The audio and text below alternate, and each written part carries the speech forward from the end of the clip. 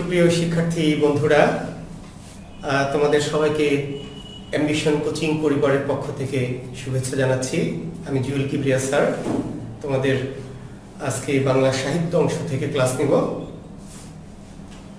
তো তোমাদের নিশ্চয় গত ক্লাস তোমরা করেছো। আমরা আমাদের জাতীয় কবি কাজী নজরুল ইসলাম সম্পর্কে আলোচনা করেছি। আজকে আমরা দুজন সাহিত্যিক নিয়ে আলোচনা করার চেষ্টা করব, ঠিক আছে? তো প্রথমে শুরু করছি যে সাহিত্যিককে নিয়ে, তার নাম মীর মশাররফ হোসেন। শিক্ষার্থী বন্ধুরা, তোমরা দেখো একটু,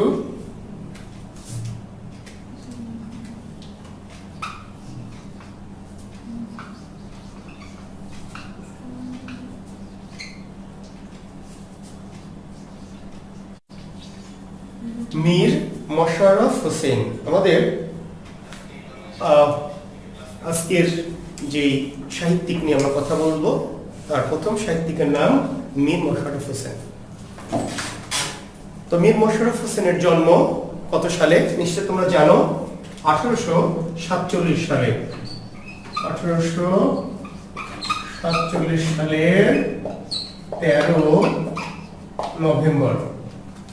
1847 সালের 13 নভেম্বর কুষ্টিয়া জেলার কুমারখালী উপজেলার কি গড়াই নদীর তীরবর্তী লাহিনীপাড়া গ্রাম, কুষ্টিয়া জেলার কুমারখালী উপজেলার লাহিনীপাড়া গ্রাম। তাহলে কোন জেলার সাহিত্যিক মীর মশাররফ? কুষ্টিয়া জেলা। আসতে পারে বিশেষ এমন যে কুষ্টিয়া জেলার সাহিত্যিক নিচেকে, যেমন কোশ্চেন বরিশাল জেলার কবি কে, ঠিক আছে, এমন কোশ্চেন কিন্তু বিশেষে হয়। রংপুরের সাহিত্যিক নিচে কে? তো মীর মশাররফ হোসেন কোন জেলার কবি? কুষ্টিয়া জেলার কুমারখালী উপজেলার লাহিনীপাড়া গ্রাম। প্রশ্ন হবে বিশেষ এমন যে মীর মশাররফ হোসেনের সাথে কোন নদীর স্মৃতি জড়িত আছে? শিক্ষার্থীরা তোমরা কি জানো? নিশ্চয়ই এমন প্রশ্ন তোমরা দেখে থাকবে যে মাইকেল মধুসূদন দত্তের সাথে কোন নদীর স্মৃতি জড়িয়ে আছে? কি উত্তর তার? কপোতাক্ষ নদ। তাহলে মাইকেল মধুসূদন দত্তের সাথে যেমন কপোতাক্ষ নদীর স্মৃতি জড়িত আছে, ঠিক তেমনি মীর মশাররফ হোসেনের সাথে জড়িয়ে আছে কি? গড়াই নদী। কি নদী? গড়াই। এই গড়াই নদীর তীরবর্তী লাহিনীপাড়া গ্রামে মীর মশাররফ হোসেনের জন্ম। একটি সম্ভ্রান্ত মুসলিম পরিবারে জন্ম হয়েছিল তার। পিতার নাম মীর মোয়াজ্জেম হোসেন। পিতা মীর মোয়াজ্জেম হোসেন। মীর মশাররফ হোসেনের পিতার নাম কি? মীর মোয়াজ্জেম হোসেন।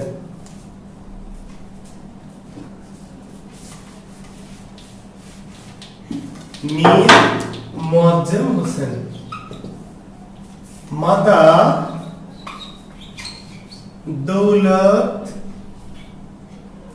দৌলতুন নিসা।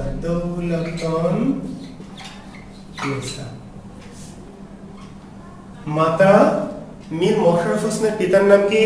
মীর মোয়াজ্জেম হোসেন। মাতার নাম কি? দৌলতুন নিসা। স্ত্রীর নাম? দুইজন স্ত্রী। হ্যাঁ, গতদিন এক শিক্ষার্থী আমাকে, পরে আমি প্রত্যেকের কমেন্টস পড়তে গিয়ে দেখি যে স্যার এত কিছু জেনে কি হবে, এত কিছু জানার কি দরকার আছে, এমন একটি কোশ্চেন গত ক্লাসে আমি কমেন্টস পেয়েছি। পরে সবই কমেন্টস আমি পরে পড়েছি। তো শিক্ষার্থীকে আমি একটু মজা করে লিখেছি যে আসলে কিছুই জানার দরকার নেই, আবার অনেক কিছু জানার দরকার আছে, তাই না? যে জানে না তার সমস্যা নাই, আবার যে অনেক জানে তারও সমস্যা নেই, কিন্তু অনেক জানাটাই তো ভালো। কারণ বিসিএস তো আসলে সাধারণ কোনো পরীক্ষার মতো নয়।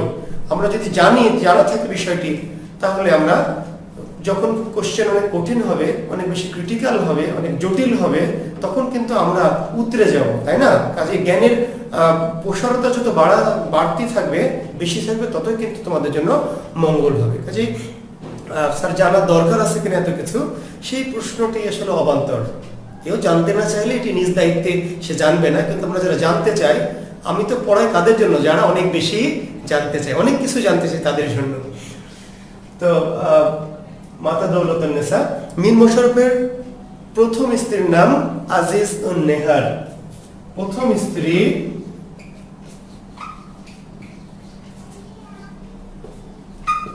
আজিজ উন নেহার।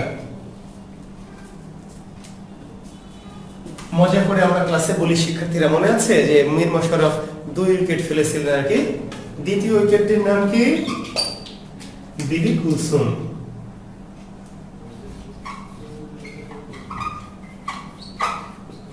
মীর মোশাররফ হোসেনের প্রথম স্ত্রী আজিজ উন নেহার এবং দ্বিতীয় স্ত্রী বিবি কুলসুম।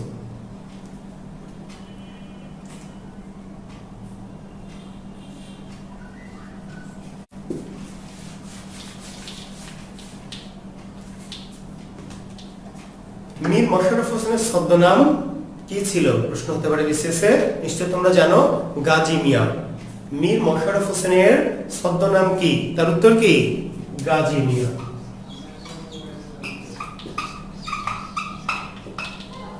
গাজী মিয়া।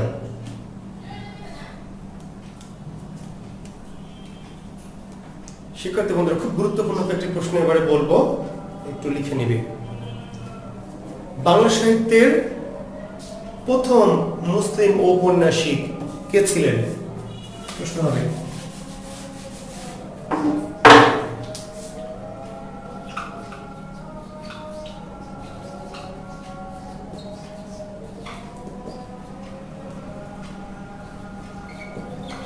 বাংলা সাহিত্যের প্রথম মুসলিম ঔপন্যাসিক কে? মীর মোশাররফ হোসেন। বাংলা সাহিত্যের প্রথম মুসলিম ঔপন্যাসিক কে? এই প্রশ্নটি হবে, তার উত্তর কি? মীর মোশাররফ হোসেন। বাংলা সাহিত্যের প্রথম মুসলিম নাট্যকার কে? মীর মোশাররফ হোসেন। বাংলা সাহিত্যের প্রথম মুসলিম প্রহসন রচয়িতা কে? মীর মোশাররফ হোসেন।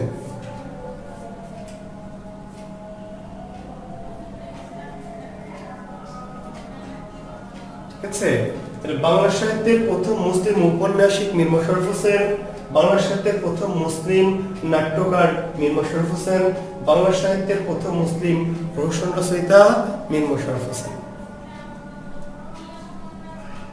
প্রশ্নগুলি কিন্তু গুরুত্বপূর্ণ। মীর মোশাররফের পূর্বে কোন মুসলমান সাহিত্যিক উপন্যাস লেখেননি, নাটক লেখেননি, প্রহসন লেখেননি। ঠিক আছে, মীর মোশাররফই প্রথম মুসলিম সাহিত্যিক যার হাতে বাংলা উপন্যাস রচিত হয়েছে, বাংলা নাটক রচিত হয়েছে, বাংলা প্রহসন রচিত হয়েছে। তোমরা কি আমার কথা বুঝতে পারছো? আচ্ছা,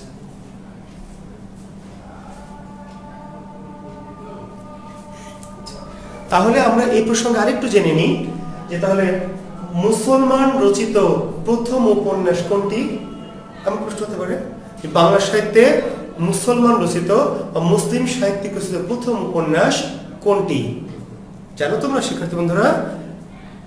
রত্নাবতী। লিখে নাও, প্রথম মুসলমানদের দ্বারা রচিত প্রথম উপন্যাস বা মুসলিম সাহিত্যিক রচিত প্রথম উপন্যাসের নাম কি? রত্নাবতী।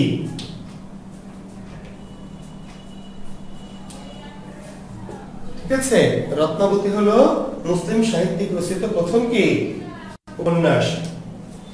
1869 সালে এটি প্রথম প্রকাশিত। মুসলমানদের প্রথম উপন্যাস কত সালে প্রকাশিত হয়েছে বা মুসলমান সাহিত্যিক রচিত প্রথম উপন্যাস 1869 সালে।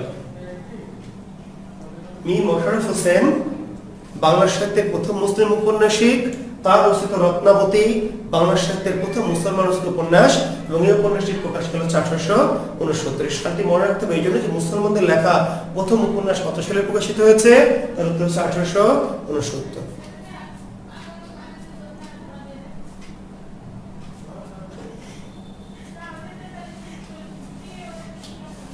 বাংলা সাহিত্যের প্রথম মুসলিম নাট্যকার মীর মোশাররফ হোসেন।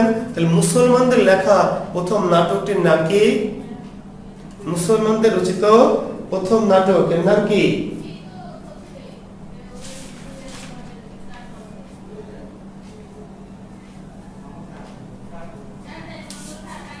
বসন্ত কুমারী।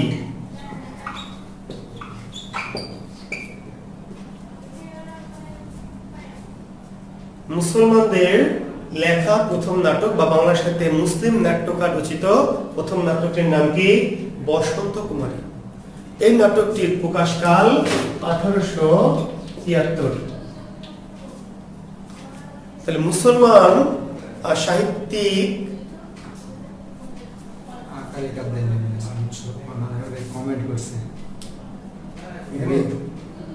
জানে না। আচ্ছা শিক্ষার্থী বন্ধুরা, তোমরা কমেন্টসে কেউ করেছো যে মোশাররফ বানানটা ভুল হয়েছে মনে হয়, মেবি এটি তুমি যে লিখেছো সে ভুলের মধ্যে আছো, ঠিক আছে? অর্থাৎ তুমি মীর মোশাররফ বানান জানো না, ঠিক আছে? তো না জেনে কিন্তু কমেন্টস করা যাবে না, ভুল কমেন্টস করা যাবে না। মীর মোশাররফ আমি যেটি লিখেছি সেটি সঠিক, আর তোমরা যারা ট্রেনের বই থেকে দেখে লিখেছো, হকারদের বই থেকে, সেখানে আছে ময় ওকার, তো ওই বানানটি শুদ্ধ নয় আসলে, ঠিক আছে? আমি কে লিখেছো জানি না, তার নামটা আমি বলছিও না। মীর মোশাররফ বানান এটি কি শুদ্ধ বানান এবং সঠিক বানান, ঠিক আছে? এর সাথে আরো যা কিছু যুক্ত করবে বা বাদ দিবে সবই ভুল ঘটবে। তো বাংলা সাহিত্যের প্রথম মুসলিম নাট্যকার মীর মোশাররফ হোসেন, আর মুসলমানদের রচিত প্রথম নাটকটির নাম কি? বসন্ত কুমারী। মুসলমানদের প্রথম নাটক বা মুসলমান সাহিত্যিক রচিত প্রথম নাটক কত সালে প্রকাশিত হয়েছে?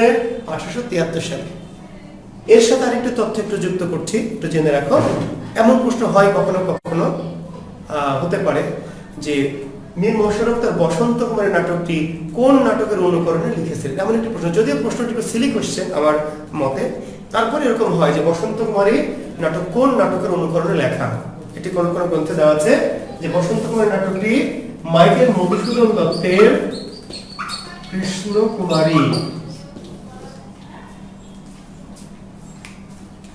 বসন্ত কুমারী নাটকটি মাইকেল মধুসূদন দত্তের কৃষ্ণ কুমারী এই নাটকের অনুকরণে লেখা। এটি একটি সিলি তথ্য, কিন্তু তারপরেও কখনো কোনো উৎসাহী পরীক্ষা করার সময় দিয়ে বসতে পারেন, একটু জেনে রাখতে হবে আমাদের। মুসলমানদের লেখা প্রথম নাটক বসন্ত কুমারী, মীর মোশাররফ হোসেন এটি মাইকেলের কৃষ্ণ কুমারী নাটকের অনুকরণে বা অবলম্বনে লিখেছিলেন বলে কেউ কেউ মনে করেন। আচ্ছা, এরপরে বাংলা প্রথম মুসলিম প্রহসন রচয়িতা মীর মোশাররফ হোসেন, আর মুসলমানদের লেখা প্রথম প্রহসনটির নাম কি? এর উপায় কি?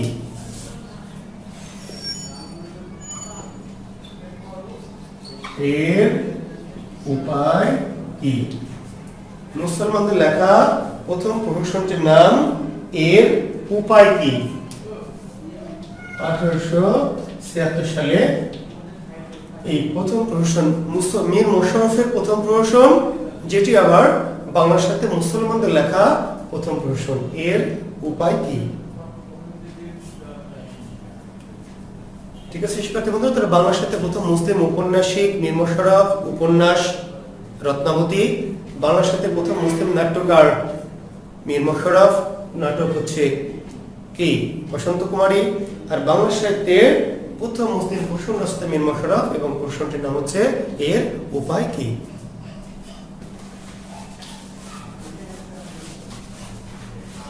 মীর মোশাররফ হোসেনের সাহিত্যিক জীবনটি শুরু হয়, তার একটু প্রেক্ষাপটটা একটু বলি, তোমরা জেনে রাখো যে মীর মোশাররফ হোসেন তার সাহিত্যিক জীবনে সবচেয়ে বড় অবদান যে মানুষটির, যদি প্রশ্ন হয় কার উৎসাহে, কার প্রেরণায়, কার তত্ত্বাবধানে মীর মোশাররফ সাহিত্য জীবনে আবির্ভাব ঘটেছিল, মীর মোশাররফের সাহিত্য জীবনে আবির্ভাব ঘটেছিল, তার উত্তর, কিংবা মীর মোশাররফ হোসেনের গুরু কে ছিলেন, এমন একটি কোশ্চেন হতে পারে। মীর মোশাররফ হোসেনের গুরুর নাম কি? কে ছিলেন গুরু? জানো কেউ? তোমরা লিখছো কমেন্টসে কেউ? মীর মোশাররফ হোসেনের গুরু হরিনাথ মজুমদার ওরফে কাঙাল হরিনাথ। হরিনাথ মজুমদার ওরফে কাঙাল হরিনাথ। এই ব্যক্তি ছিলেন মীর মশাররফ হোসেনের সাহিত্যিক গুরু এবং এই তার সম্পাদিত একটি পত্রিকা ছিল, যে পত্রিকাটার নাম ছিল গ্রাম বার্তা, বা কোনো বই লেখা আছে গ্রাম বার্তা প্রকাশিকা। ঠিক আছে, তো গ্রাম বার্তা বা গ্রাম বার্তার প্রকাশিকা, এই পত্রিকাটির সম্পাদক ছিলেন হরিনাথ মজুমদার ওরফে কাঙাল হরিনাথ। আর এই পত্রিকার মধ্য দিয়ে মীর মশাররফ হোসেনের সাহিত্যিক জগতে কি পরিস্থিতি ঘটে। ঠিক আছে, তাহলে মীর মশাররফ হোসেনের সাহিত্যিক জীবনের মূল স্তম্ভ বা মূল কারিগরিটা করেছিলেন হরিনাথ মজুমদার, এবং তার পত্রিকা গ্রাম বার্তার মধ্য দিয়ে লেখালেখি করেই মীর মশাররফ হোসেন সাহিত্যিক হিসাবে প্রতিষ্ঠা লাভ করেছিলেন। ফলে এই হরিনাথ মজুমদারকে বলা হয় মীর মশাররফের গুরু। আর কোন পত্রিকার অবদান ছিল মীর মশাররফের সাহিত্যিক জীবনে? গ্রাম বার্তা। যদিও আরেকটি পত্রিকায় মীর মশাররফ লিখতেন, সেটি হলো সংবাদ প্রভাকর। সংবাদ প্রভাকর, ঈশ্বরচন্দ্র গুপ্তের সংবাদ প্রভাকর। এই পত্রিকাটিতেও মীর মশাররফ অল্প স্বল্প কিছু লেখালেখি করেছেন, কিন্তু এই পত্রিকাটির অবদান হয়তো একটু আছে, কিন্তু মূল অবদানটি হচ্ছে গ্রাম বার্তা পত্রিকার। আমরা এবার আসি মীর মশাররফ হোসেনের যে সাহিত্য কর্মগুলি, সেগুলি একটি আমরা দেখব। আমরা দেখছি, তাহলে শুরুতে আমরা শুরু করছি যে মীর মশাররফ হোসেনের উপন্যাসগুলি কি কি, একটু দেখে নাও শিক্ষার্থী বন্ধুরা। মীর মশাররফ হোসেন রচিত উপন্যাস।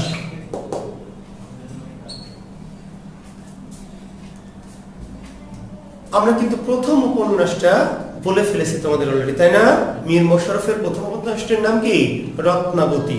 মীর মশাররফ হোসেন রচিত প্রথম উপন্যাসটির নাম রত্নাবতী। আমরা সালটি বলেছি 1869 সাল। আচ্ছা, এরপরে মীর মশাররফ হোসেনের জীবনের সবচেয়ে গুরুত্বপূর্ণ যে সাহিত্যটি,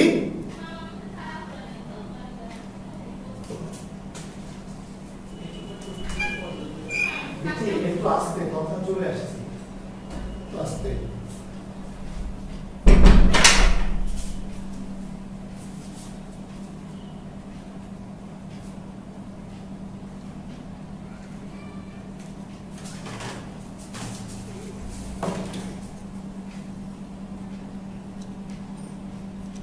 হ্যালো, হ্যাঁ, যেটি বলছিলাম শিক্ষার্থী বন্ধুরা, তাহলে মীর মশাররফের প্রথম উপন্যাসটি হচ্ছে রত্নাবতী, যেটি মুসলমানদের লেখা প্রথম উপন্যাস।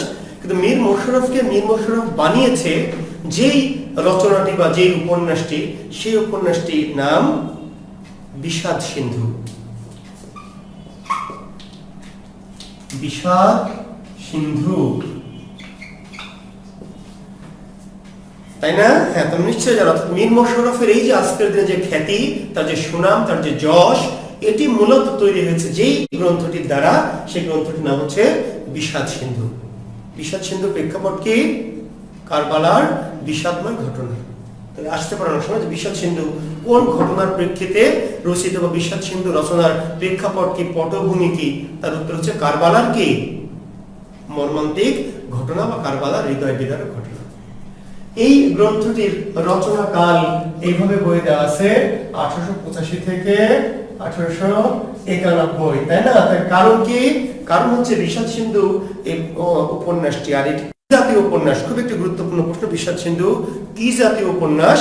এটিকে বলা হয় মহাকাব্যধর্মী উপন্যাস, মহাকাব্যিক,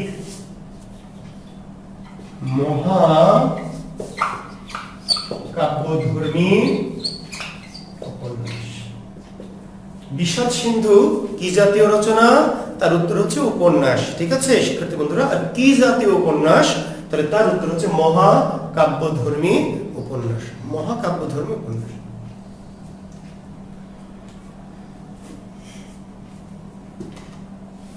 দেখতে পেরেছো তোমরা? হ্যাঁ, বিষাদ সিন্ধু কি জাতীয় রচনা? উপন্যাস। আর কি জাতীয় উপন্যাস? মহাকাব্যধর্মী। মহাকাব্যধর্মী উপন্যাস মানে কি? অর্থাৎ যেটি উপন্যাস কিন্তু উপন্যাস হয়েও যার ভাষার মধ্যে একটা কাব্যিক ব্যঞ্জনা, ঠিক আছে, এবং মহাকাব্যিক যে বিস্তৃতি, সে বিষয়গুলি যেখানে থাকে। ঠিক আছে, আসলে একটি উপন্যাস কিন্তু উপন্যাসের ভাষাটা কাব্যধর্মী, মহাকাব্যিক, এবং এর যে ব্যঞ্জনা, এর যে কাহিনীর বিস্তার, ঠিক আছে, এগুলো একটা মহাকাব্যধর্মী। যদি উপন্যাসের আকারে লেখা, কিন্তু এর ভাষা এবং এর গভীরতা এবং এর প্রেক্ষাপট পটভূমিগুলিকে মহাকাব্যিক একটা ব্যঞ্জনায় রচিত। বিষাদ সিন্ধু উপন্যাসটি 3টি পর্বে রচিত বা 3টি খণ্ড। তার বিষাদ সিন্ধুর পর্ব কয়টি বা খণ্ড কয়টি? তার উত্তর হচ্ছে 3টি। কি কি? একটিকে বলা হচ্ছে মহরম পর্ব, একটিকে বলা হচ্ছে উদ্ধার পর্ব, একটিকে বলা হচ্ছে এজিদ বধ পর্ব। মহরম পর্ব, উদ্ধার পর্ব এবং এজিদ বধ পর্ব। এই মহরম পর্বটি 1885 সালে, এজিদ বধ পর্ব 1887 সালে, উদ্ধার পর্ব 1827 সালে, এজিদ বধ পর্ব 1891 সালে।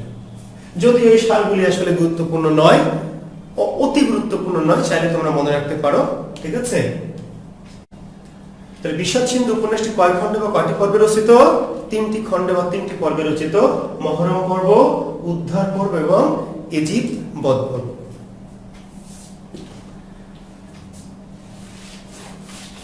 এই প্রসঙ্গে একটু বলে রাখি যে বিষাদ সিন্ধুর নায়ক কে? প্রসঙ্গক্রমে এই ধরনের প্রশ্ন হয় যে বিষাদ সিন্ধু উপন্যাসের নায়ক কে? তো সেখানে তোমরা একটু কমেন্টস করো দেখি, নায়ক কে? একটি অপশন আছে এজিদ, আর একটি অপশন আছে কি ইমাম হোসেন।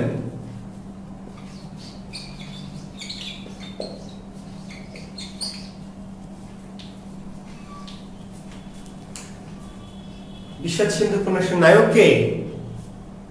নায়ক এজিদ। এটা নিয়ে অনেকেই কনফিউজড হয় এবং অনেকে হয়তো আবার সঠিক আছে। তোমরা যদি কেউ না ভুল করো তাহলে জেনে রাখো যে বিষাদ সিন্ধু উপন্যাসটির ঘটনার মূল যে যাকে কেন্দ্র করে আবর্তিত হয়েছে, যার রূপজ মোহ, যার ক্ষমতা লিপ্সা, যার ক্ষমতা বিলাস, এই যে বিষয়টি যাকে কেন্দ্র করে আবর্তিত হয়েছে সে কিন্তু এজিদ। যদিও এজিদ নেতিবাচক চরিত্র বলে অনেকে নায়ক হিসেবে স্বীকার করতে চায় না, কিন্তু নায়ক মানেই শুধু পজিটিভ ক্যারেক্টার তা কিন্তু নয়। শিক্ষার্থী বন্ধুরা, তোমরা যারা আমার সাথে দ্বিমত পোষণ করছো, আসলে যদিও আমি তোমাদের এর আগেও বলেছি আমি সামনাসামনি ক্লাস নিতে পছন্দ করি, কারণ সামনে থাকলে তোমাদের সাথে এই বিষয়গুলো নিয়ে আলোচনা করার সুযোগ থাকে। তো তারপরে অনলাইন ক্লাসে এই বিষয়টা ঘটছে না, তবু একটু বলি যে অনেকে যারা মনে করো যে পজিটিভ চরিত্র নায়ক হয়, নেগেটিভ চরিত্র হয় না, তাহলে আমরা চোখের বালি উপন্যাসের যে নায়ক কে? চোখের বালি উপন্যাসের নায়ক কে? মহেন্দ্র। ভালো মানুষ না খারাপ মানুষ? এই প্রশ্ন তোমাদের কাছে পড়ে রাখলাম, তোমরা উপন্যাসটি পড়ে আমাকে বলবে। আচ্ছা, সহজ একটি উপন্যাস দিই, লাল সালু। লাল সালু উপন্যাসের নায়ক কে? মজিদ নাক্কাস? হ্যাঁ, নিশ্চয়ই মজিদ। মজিদ যদি লাল সালু উপন্যাসের নায়ক হয়, তাহলে মজিদ কি পজিটিভ চরিত্র না নেগেটিভ চরিত্র? নিশ্চয়ই নেগেটিভ চরিত্র, ঠিক তো? পদ্মা নদীর মাঝি এই উপন্যাসের নায়ক কে?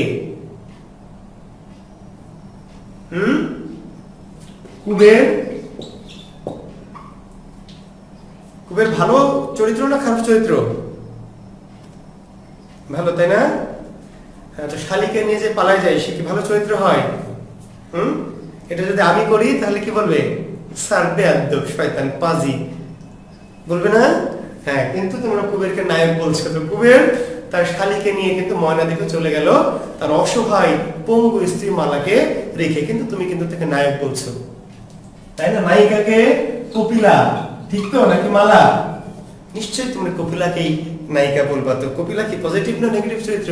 নিশ্চয়ই নেগেটিভ চরিত্র, কারণ দুলাভাইকে নিয়ে যে পালিয়ে চলে যায় সে নিশ্চয়ই। তার মানে সাহিত্যের যে নায়ক নায়িকা এগুলি আমরা ধর্মীয় বা এই ধরনের মূল্যবোধ দিয়ে যদি নির্ধারণ করি সেটি আসলে হবে না। সাহিত্যের নায়ক নায়িকা বলতে সেটিকে বোঝায় যাদের দ্বারা এই কাহিনীটি আবর্তিত হয়, যাদেরকে কেন্দ্র করে, যারা এই কাহিনীটিকে কি করে আবর্তন ঘটায়, যাকে কেন্দ্র করে কাহিনী আবর্তিত হয় সেই মূলত নায়ক নায়িকা। সে পজিটিভ হতে পারে, নেগেটিভ হতে পারে।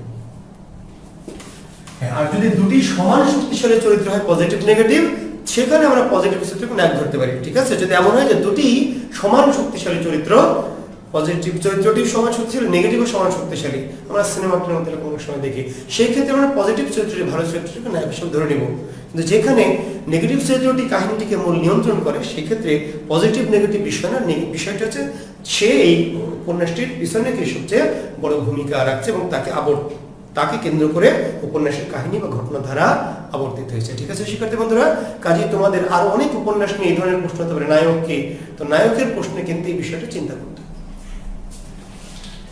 আরেকটা উপন্যাসের কথা মনে পড়লো, গৃহদাহ। গৃহদাহ যারা পড়েছে বা সিনেমা আছে দেখবে, গৃহদাহ উপন্যাসের নায়ক কে? নায়ক কিন্তু সুরেশ। নায়ক সুরেশ। ঠিক আছে, সুরেশ কিন্তু খুব বেশি ইতিবাচক চরিত্র নয় মহিমের তুলনায়। মহিম অত্যন্ত ভালো মানুষ, অত্যন্ত সৎ, সহজ সরল, আর সুরেশ কিন্তু একটু দুষ্টু টাইপের বা একটু অন্যরকম ক্যারেক্টার, কিন্তু নায়ক কিন্তু কি সুরেশ। ঠিক আছে, আচ্ছা, তো যাই হোক, আমরা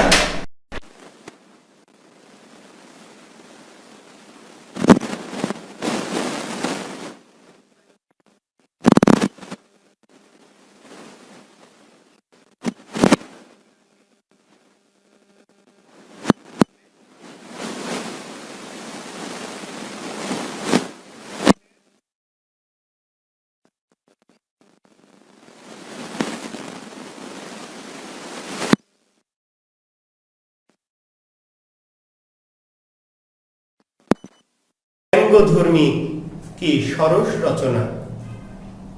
ব্যঙ্গধর্মী, ঠিক আছে, সরস রচনা।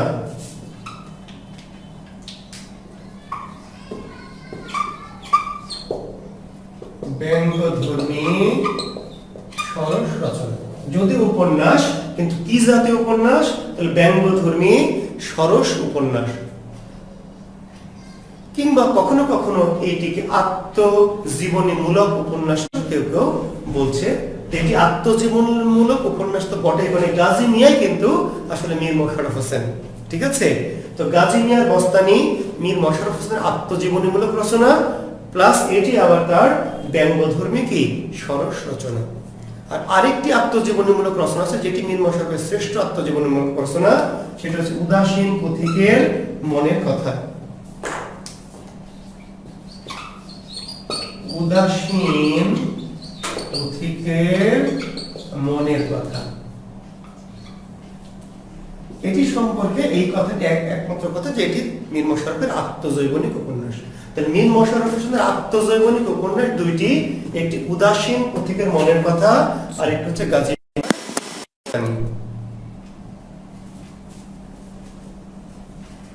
শিক্ষার্থী বন্ধুরা, অফ করো।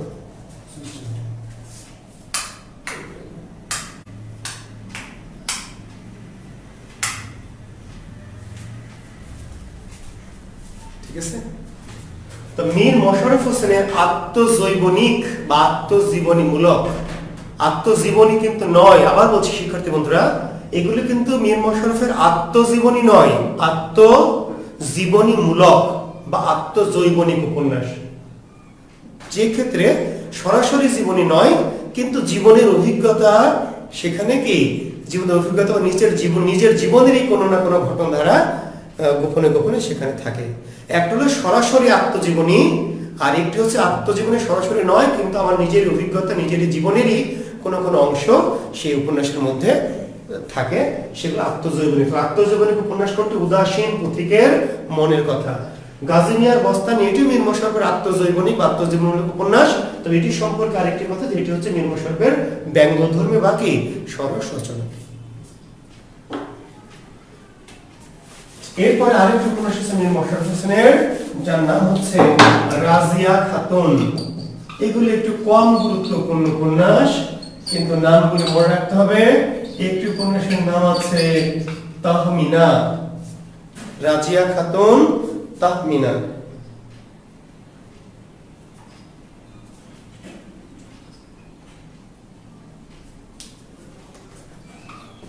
ইসলামের জয়, একটু কম গুরুত্বপূর্ণ বা কম বিখ্যাত উপন্যাস, কিন্তু আমরা নামগুলি মনে রাখবো এই জন্য যে অনেক সময় কিন্তু বিসিএস এর প্রশ্ন হবে কোনটি মীর মশাররফের রচনা বা কোনটি রচনা নয়। তো কোনটি মীর মশাররফের রচনা নয় এই প্রশ্নের উত্তর কিন্তু দিতে হলে তোমাকে জানতে হবে যে কোনটি মীর মশাররফের রচনা। তা আমরা যদি না জানি কম গুরুত্বপূর্ণ লেখাগুলি, তাহলে সেই ক্ষেত্রে কোনটি মীর মশাররফের রচিত নয় সেই উত্তরে কিন্তু আমরা একটু কনফিউজড হয়ে যাব।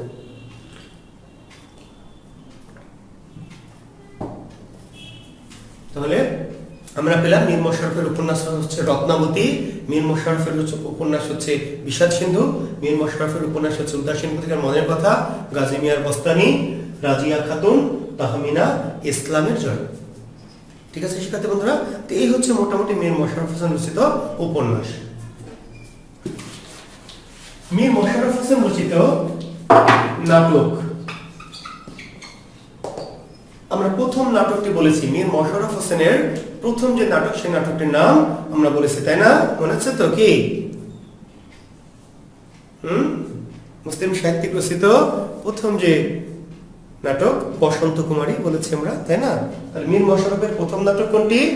বসন্ত কুমারী। কিন্তু মীর মশাররফের শ্রেষ্ঠ নাটক কোনটি? জমিদার। প্রথম নাটকটির নাম আমরা লিখিনি, যদি লিখেছি একবার আবার দেখলাম বসন্ত কুমারী, সালটা আমি বলেছি 1873। মীর মশাররফ হোসেনের শ্রেষ্ঠ নাটকের নাম হচ্ছে জমিদার দর্পণ, এটিও 1873 সালে। একই সালে দুটি নাটক, প্রথম নাটক বসন্ত কুমারী আর মীর মশাররফ হোসেনের শ্রেষ্ঠ নাটকটির নাম হচ্ছে জমিদার দর্পণ।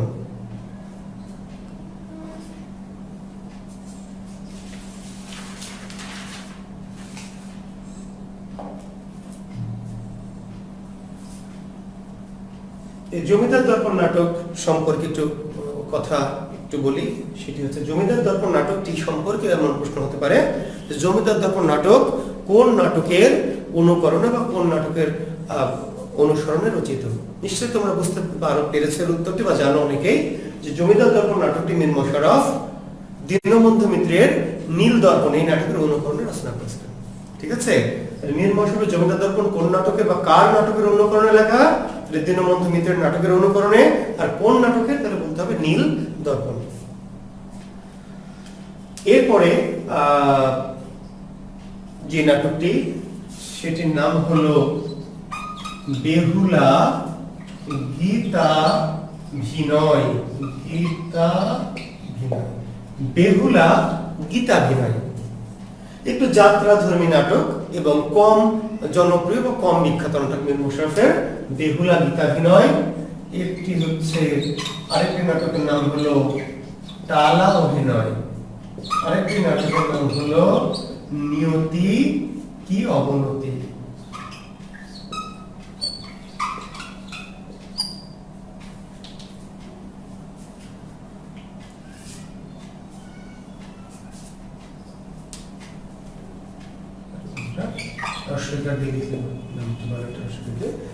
তাহলে মীর মশাররফের বসন্ত কুমারী, জমিদার দর্পণ এগুলো বেশি জনপ্রিয় নাটক। এর বাইরে মীর মশাররফের লেখা নাটক হচ্ছে বেহুলা গীতাভিনয়, টালা অভিনয়, টালা টানা না কিন্তু শিক্ষার্থী বন্ধুরা, টালা অভিনয়, এবং আরেকটি নাটকের নাম হচ্ছে নিয়তি কি অবনতি। এই হচ্ছে মীর মশাররফ হোসেন রচিত নাটক।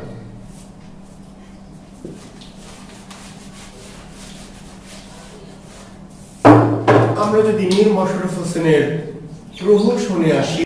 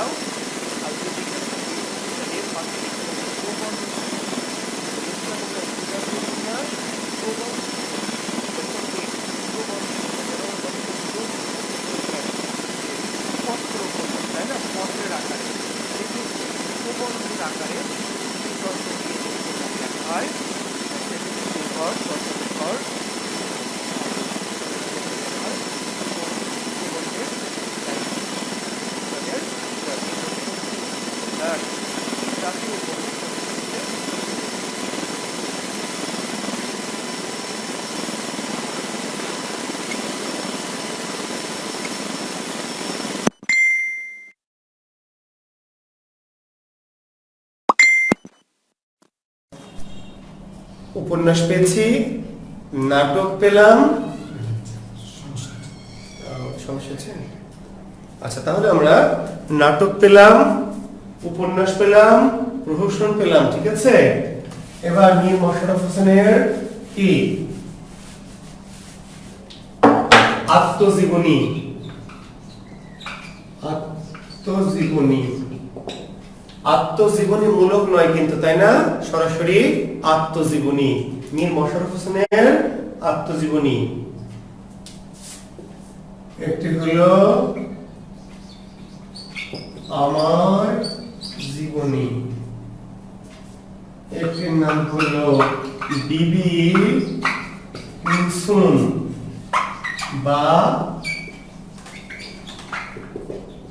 আমার জীবনের জীবন।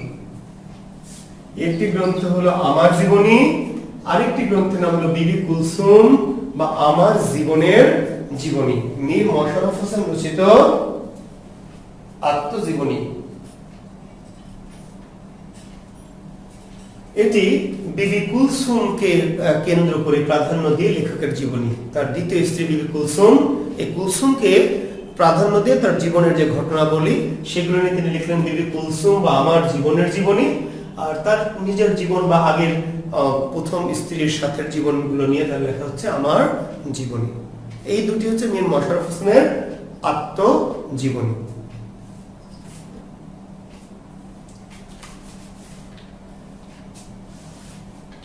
এবার আমরা মীর মশাররফ হোসেনের কাব্যগ্রন্থ, যদিও মীর মশাররফ মূলত, ঠিক আছে, গদ্য রচয়িতা, ঔপন্যাসিক, নাট্যকার, প্রহসন রচয়িতা, কিন্তু কিছু কাব্য তিনি লিখেছেন। তাহলে মীর মশাররফ হোসেন রচিত কাব্যগুলি কি কি ছিল? একটি কাব্যের নাম হচ্ছে গড়াই ব্রিজ বা গৌরী সেতু, গড়াই ব্রিজ বা গৌরী সেতু, গড়াই ব্রিজ বা গৌরী সেতু। তারপরে পঞ্চনারী, তারপরে হলো মুসলিম বীরত্ব,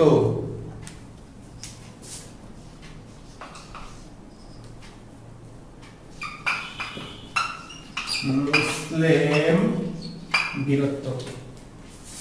এই মার্কার আছে একটা, দেখি মার্কার, দেখো নতুন মার্কার দেওয়া যায়, দেখো ভিতরে থাকতে পারে। মুসলিম বীরত্ব, তারপরে আরেকটা কি বাজিমাত, বাজিমাত, গড়াই ব্রিজ বা গৌরী সেতু, পঞ্চনারী, মুসলিম বীরত্ব, বাজিমাত, বিবি খোদেজা বিবাহ,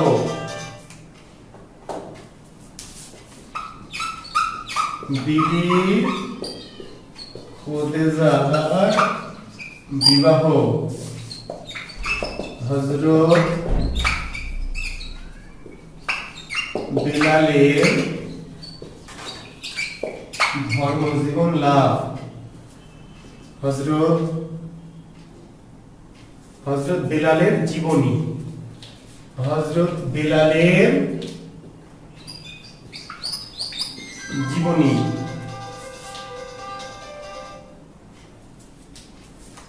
হযরত ওমরের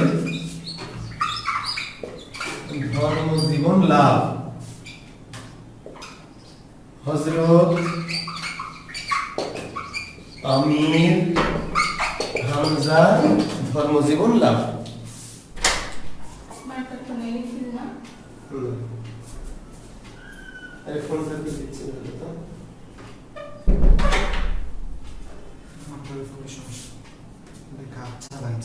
হ্যাঁ, কালি কম তো, এটা দেখে বিয়ে করে ফিল করতে গেলে আমি খেয়াল করিনি। আচ্ছা, একটু কালি কমে গেছে, আমি ব্যবস্থা করছি, ঠিক আছে, তোমরা একটু দেখো, আমি বলছি। তাহলে গড়াই ব্রিজ বা গৌরী সেতু, পঞ্চনারী বা কোন বইয়ের গ্রন্থটির নাম আছে পঞ্চনারী পদ্য, ঠিক আছে, পঞ্চনারী বা কোন বইয়ের তথ্যটা আছে পঞ্চনারী পদ্য, একই গ্রন্থ। মুসলিম বীরত্ব, বাজিমাত, বিবি খদিজার বিবাহ, হযরত বেলালের জীবনী, হযরত ওমরের ধর্মজীবন লাভ, হযরত আমির হামজার ধর্মজীবন লাভ। এগুলি হচ্ছে মীর মোশাররফ হোসেন রচিত কি কাব্যগ্রন্থ। ঠিক আছে, আরেকটা আছে প্রেম পারিজাত। প্রেম পারিজাত লিখে নাও।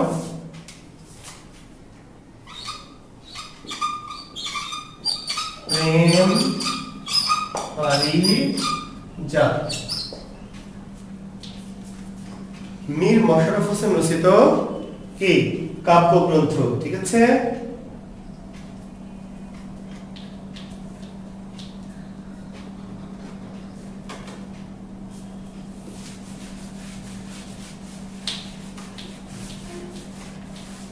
মীর মোশাররফ হোসেনের প্রবন্ধ লেখো, প্রবন্ধ।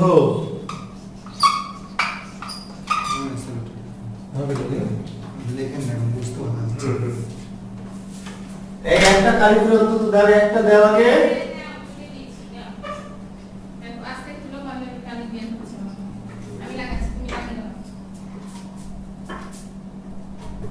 প্রবন্ধ হচ্ছে গোজীবন। এবার কালি হয়েছে না শিক্ষার্থীরা? হ্যাঁ, এবার বেশি হয়ে গেছে, তাই না?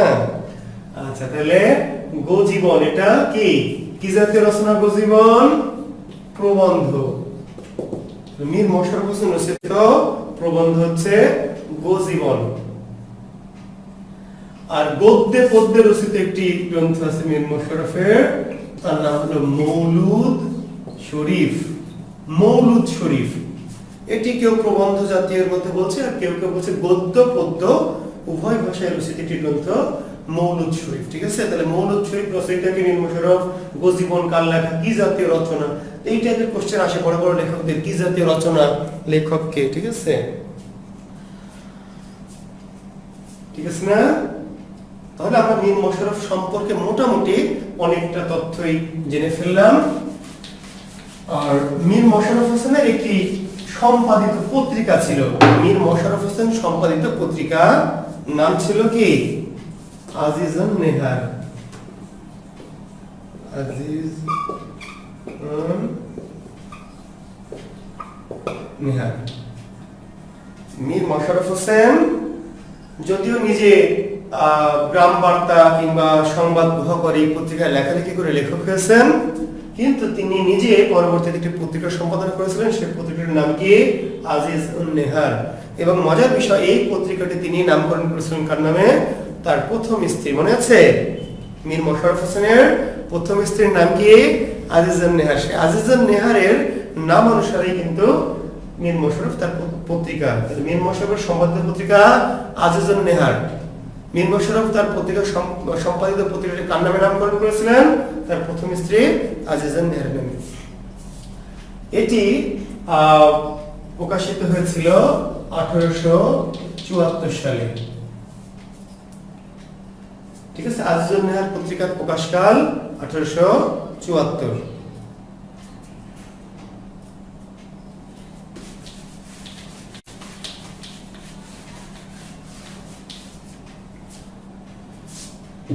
মীর মোশাররফ হোসেন বাংলা সাহিত্যে একজন কীর্তিমান মহাপুরুষ।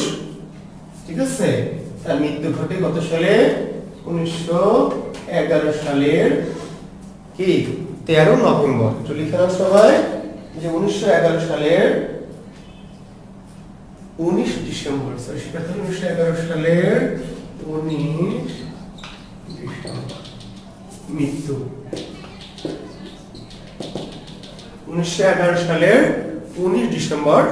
কোন কোন বই একটু মতান্তর আছে, 1912 সাল কোন বইয়ে দেওয়া আছে, দু একটি বইয়ে। তবে 1911 সালের 19 ডিসেম্বর এটি বেশি অথেন্টিক মত আর কি। আমাদের টেক্সট বুক বোর্ডের যে ব্যাকরণ বই আছে, ইন্টারের টেক্সট বুক মন্ত্রণালয় কর্তৃক, সেখানে এই সালটি আছে, সেটি আমরা গ্রহণ করছি। 1911 সালের 19 ডিসেম্বর তিনি মৃত্যুবরণ করেছেন।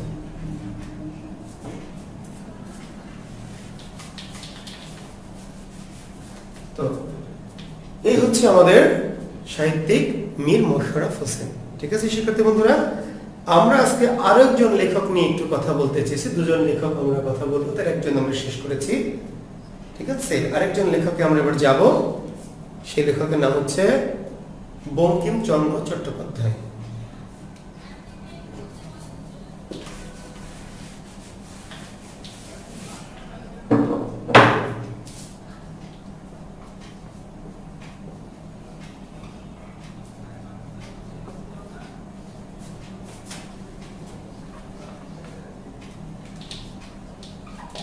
বঙ্কিমচন্দ্র চট্টোপাধ্যায় খুবই বিখ্যাত লেখক।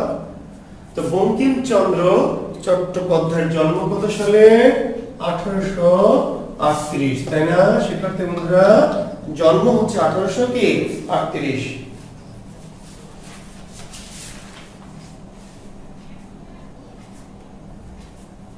যদি তারিখ জানতে চাই আমরা, তাহলে 26 জুন 1838 সালের কি 26 জুন। কোথায় জন্মেছে নিশ্চয় তোমরা জানো? জানো না সবাই? কোথায়? 24 পরগনা জেলার নৈহাটি থানার কাঁঠালপাড়া গ্রামে, তাই না? তাহলে কাঁঠালপাড়া গ্রামে জন্মেছেন কে? বঙ্কিম। বঙ্কিমের জন্ম কোন গ্রামে? কাঁঠালপাড়া। এরকম প্রশ্ন হয়, কাঁঠালপাড়ায় জন্মেছেন কে? প্রশ্ন হয় পায়রাবন্দে জন্মেছেন কে? প্রশ্ন হয় পেয়ারা গ্রামে জন্ম কার? তাই না? জানো না তোমরা? পায়রাবন্দে জন্মেছে কে? বেগম রোকেয়া। পেয়ারা গ্রামে জন্মেছে কে? শিক্ষার্থী বন্ধুরা বলো, পেয়ারা গ্রামে জন্ম কার? ডক্টর মোহাম্মদ শহীদুল্লাহ, 24 পরগনা জেলার পেয়ারা গ্রাম, ঠিক আছে। আর আমাদের এই বঙ্কিমচন্দ্র জন্মেছেন কোথায়? কাঁঠালপাড়া। তাহলে 24 পরগনা জেলার কি নৈহাটি থানার কাঁঠালপাড়া গ্রামে বঙ্কিমচন্দ্র চট্টোপাধ্যায়ের জন্ম। কত তারিখ? সাল 1838 সালের 26 জুন 1245 বঙ্গাব্দ। একটু বঙ্গাব্দটা জেনে রাখো, কখনো কখনো দরকার হয় যে বঙ্কিমের জন্ম কত বঙ্গাব্দে? 1245 বঙ্গাব্দে। পিতার নাম যাদবচন্দ্র চট্টোপাধ্যায়। পিতার নাম কি? যাদবচন্দ্র চট্টোপাধ্যায়। মাতার নাম দুর্গা সুন্দরী দেবী। বঙ্কিমচন্দ্রের পিতার নাম যাদবচন্দ্র চট্টোপাধ্যায়, মাতার নাম দুর্গা সুন্দরী দেবী। একটু কম গুরুত্বপূর্ণ তথ্য তবে একটু জানিয়ে রাখি যে বঙ্কিমরা ছিলেন 4 ভাই। বঙ্কিমচন্দ্রের আরো এক ভাইয়ের নাম একটু গুরুত্বপূর্ণ বাংলা সাহিত্যে, তার নাম হচ্ছে সঞ্জীব চন্দ্র চট্টোপাধ্যায়। এই নামটি গুরুত্বপূর্ণ কারণ ইনি একজন সাহিত্যিক, ঠিক আছে। এবং বাংলা ভাষায় ভ্রমণ সাহিত্যের জনক বলা হয় এই সঞ্জীব চন্দ্র চট্টোপাধ্যায়কে, ঠিক আছে শিক্ষার্থী বন্ধুরা। আমি প্রাসঙ্গিকভাবে এই কথাটি বলে রাখছি যে বঙ্কিমচন্দ্র তো অনেক বড় সাহিত্যিক, আমরা তার সঙ্গে আলোচনা করছি, কিন্তু তারা 4 ভাইয়ের মধ্যে আরো এক ভাই সঞ্জীব চন্দ্র চট্টোপাধ্যায়, তিনিও ছিলেন বাংলা সাহিত্যের মোটামুটি বিখ্যাত। অতি বিখ্যাত হয়তো তিনি হতে পারেননি, কিন্তু মোটামুটি বিখ্যাত একজন সাহিত্যিক। এবং বাংলা সাহিত্যে ভ্রমণ সাহিত্য নামক যে সাহিত্য অংশটি আছে বাংলা সাহিত্যের, সেই সাহিত্যের জনক তিনি সঞ্জীব চন্দ্র চট্টোপাধ্যায়। এর বাইরে তার আরো 2 ভাই পূর্ণচন্দ্র এবং শ্যামাচরণ।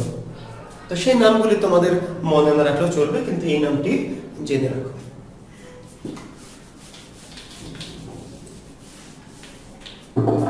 বঙ্কিমের তিনি সারা জীবনে 2 উইকেট ফেলতে পেরেছিলেন, ঠিক আছে শিক্ষার্থী বন্ধুরা।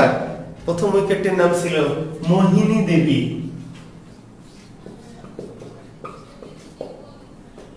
মোহিনী দেবী বঙ্কিমের প্রথম স্ত্রী। মোহিনী দেবী। মজার বিষয়, বঙ্কিমের বিয়ে হয় 1849 সালে। শিক্ষার্থী বন্ধুরা খেয়াল করো, জন্ম 1838, বিয়ে হয়েছে 1849 সালে। কত বছর বয়স বের করো? বঙ্কিমের কত বছর বয়সে বিয়ে হয়েছে? না বিসিএসে আসবে না, আমি একটু মজার জন্য বলছি। দেখো 11 বছর। তো 11 বছর বয়সে বঙ্কিম বিয়ে করেছে, সেজন্য তো বঙ্কিম হয়েছে। তোমাদের বয়স তো 21 পেরিয়ে গেছে, তাই না? বঙ্কিম কেমনে হবা? আচ্ছা ঠিক আছে। তো বঙ্কিমের 11 বছর বয়সে, আর মোহিনী দেবীর বয়স ছিল 5 বছর, তাহলে 11 সাথে এই 5 এর বিয়ে। আমরা যে ইতিহাস অনেক সময় আমি ঈশ্বরচন্দ্র বিদ্যাসাগর পড়াতে গিয়ে যে বাল্য বিবাহের কথা বলি আমরা, ঠিক আছে, এটি কিন্তু একটা বাস্তব ইতিহাস, এটি কোনো কল্পিত। 5 বছরের বাচ্চার বিয়ে হচ্ছে, 5 বছরের মোহিনী দেবীর সাথে 11 বছর বয়সে বঙ্কিমের বিয়ে হয়েছে 1849 সালে। তো এটি তথ্যটি তোমাদের আমি জানানোর জন্য জানালাম, বিসিএস এর সাথে এর অত বেশি সম্পৃক্ততা নাই, আমি জাস্ট ইতিহাসটা বোঝালাম যে আমাদের এমন একটা সময় ছিল যখন 5 বছর 6 বছর 7 বছরের বাচ্চাদেরকে বিয়ে হতো, বাল্য বিবাহ যাকে বলছে। মোহিনী দেবী পরে বঙ্কিমের আরো একজন স্ত্রী ছিলেন যার নাম হচ্ছে রাজলক্ষ্মী দেবী। বঙ্কিমের দ্বিতীয় স্ত্রীর নাম কি? রাজলক্ষ্মী দেবী।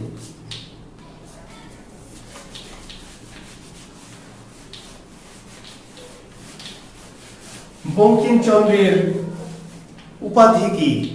দেখে নাও, বঙ্কিমচন্দ্রের উপাধি।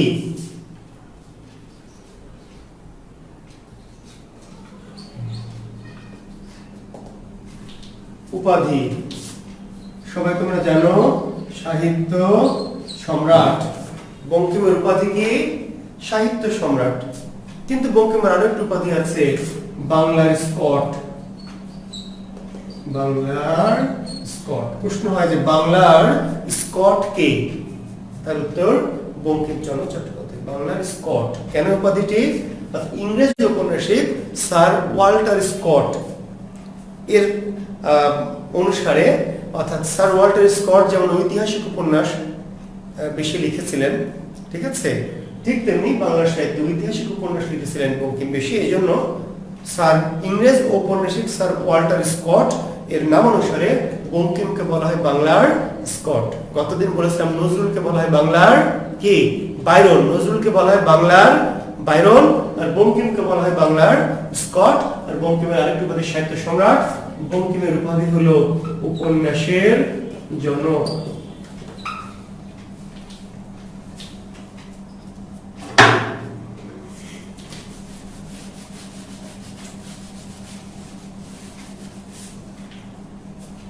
ঠিক আছে,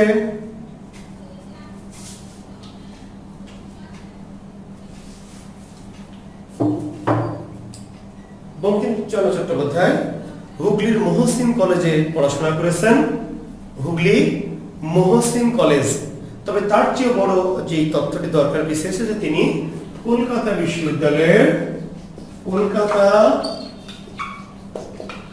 বিশ্ববিদ্যালয় থেকে 1858 সালে বিএ পাশ করেন। অর্থাৎ কলকাতা বিশ্ববিদ্যালয়ে থেকে প্রথম যারা বিএ পাশ করেছিলেন তাদের একজন ছিলেন বঙ্কিমচন্দ্র চট্টোপাধ্যায়। শিক্ষার্থী বন্ধুরা বুঝতে পেরেছো কি? কলকাতা বিশ্ববিদ্যালয়ে প্রথম যে ব্যাচের শিক্ষার্থীরা বিএ পাশ করে তাদের একজন ছিলেন বঙ্কিমচন্দ্র চট্টোপাধ্যায়। বঙ্কিম কোথা থেকে বিএ পাশ করেন? কলকাতা বিশ্ববিদ্যালয়। বঙ্কিম কোন বিশ্ববিদ্যালয়ের ছাত্র ছিলেন? কলকাতা বিশ্ববিদ্যালয়। কত সালে বিএ পাশ করেন? 1858 সালে। বঙ্কিমের লেখক জীবন শুরু হয় 1852 সালে। 1852 সালে বঙ্কিমের প্রথম লেখা ছড়া প্রকাশিত হয় সংবাদ প্রভাকর পত্রিকায়। বঙ্কিমের লেখা প্রথম প্রকাশিত হয় কোন পত্রিকায়? সংবাদ প্রভাকর। এই সংবাদ প্রভাকর পত্রিকাতে বঙ্কিমচন্দ্রের জীবনের প্রথম কি লেখা প্রকাশিত হয় 1852 সালে। এর মধ্য দিয়ে তিনি বাংলা সাহিত্যে কি আত্মপ্রকাশ করেন, যদিও তার প্রথম গ্রন্থ প্রকাশিত হয় 1856 সাল। গ্রন্থটির নাম ছিল কাব্যগ্রন্থ ললিতা। 1856 সালে। এবং একই বছর তার আরেকটি গ্রন্থ প্রকাশিত হয় মানস। বঙ্কিমচন্দ্র রচিত প্রথম গ্রন্থ একটি কাব্যগ্রন্থ, তার নাম কি? ললিতা। কত সালে প্রকাশিত হয়? 1856 সালে। এবং একই সালে তার একটি কাব্যগ্রন্থ যার নাম ছিল মানস। যদিও পরবর্তীতে দুটি কাব্য একই সাথে বের হতো, ললিতা তথা মানস নামে। ঠিক আছে, তিনি দুটি কাব্যগ্রন্থের আকারে প্রথমে বের করেছিলেন, পরবর্তীতে দুটি কাব্যকে একসাথে মুদ্রণ করা হয়, বইটির নাম দেওয়া হয় ললিতা তথা মানস। তো বঙ্কিম যদিও কবিতা দিয়েই তার সাহিত্য জীবন শুরু করেছিলেন, ম্যাক্সিমাম অর্থাৎ অধিকাংশ বড় বড় সাহিত্যিকদের জীবনী কবিতা দিয়ে শুরু হয়, কিন্তু তারা হয়তো অন্যদিকে পরবর্তীতে ডাইভার্ট হয়ে যান। বঙ্কিম এই কবিতার এই জগৎ ছেড়ে তিনি চলে গেলেন গদ্য সাহিত্যের জগতে। ঠিক আছে, বঙ্কিম কবিতা দিয়েই তার সাহিত্য জীবন শুরু করলেন। 1856 সালে তার কাব্যগ্রন্থ প্রকাশিত হলো, কিন্তু এরপরে তিনি কবিতার জগৎ থেকে চলে গেলেন কোথায়? গদ্যের জগতে। এবং মজার বিষয়, আমি তোমাদের শিক্ষার্থী বন্ধুরা তোমাদের মাইকেল মধুসূদন দত্ত পড়িয়েছি, আমার যত সম্ভব মনে পড়ছে ক্লাসে। আমি জানি না সবাই পেয়েছো কিনা, বা আমাদের যেহেতু অ্যাডমিশন অনেক ব্যাচ থাকে, সব ব্যাচকে হয়তো একইভাবে ব্যাচ থাকে না, কারো আগে পিছিয়ে থাকে। তো আমি মাইকেল পড়িয়েছি, যদি পড়িয়ে না থাকি পরে কোনো একদিন পড়াবো। শুধু একটু বলে রাখি যে মাইকেল মধুসূদন দত্ত বাংলা সাহিত্য অবজ্ঞ অবহেলা করে ইংরেজি সাহিত্যে তিনি সাহিত্যিক হতে চেয়েছিলেন, ইংরেজি ভাষা। এই রোগটি কিন্তু বঙ্কিমের মধ্যেও ছিল, একই স্পৃহা, অর্থাৎ ইংরেজি ভাষায়, অর্থাৎ অতি শিক্ষিত মনে করে নিজেকে তিনি ইংরেজি ভাষায় সাহিত্য চর্চা করে খ্যাতি লাভ করতে চেয়েছিলেন। ফলে বঙ্কিমের প্রথম যে উপন্যাসটি সেটি কিন্তু বাংলায় নয়, কোন ভাষায়? ইংরেজিতে। গ্রন্থটির নাম কি? রাজমোহনস ওয়াইফ। রাজমোহনস ওয়াইফ। তাহলে বঙ্কিমচন্দ্র রচিত প্রথম উপন্যাসটির নাম কি? রাজমোহনস ওয়াইফ। যদিও এই গ্রন্থটি গ্রন্থাকারে প্রকাশিত হয়নি, 1864 সালে ইন্ডিয়ান ফিল্ড নামক পত্রিকায় এটি ধারাবাহিকভাবে প্রকাশিত হয়েছিল। 1864 সালে ইন্ডিয়ান ফিল্ড নামক একটি পত্রিকায় এই রাজমোহনস ওয়াইফ উপন্যাসটি ধারাবাহিকভাবে প্রকাশিত হয়েছিল, যেটি বঙ্কিমের প্রথম উপন্যাস।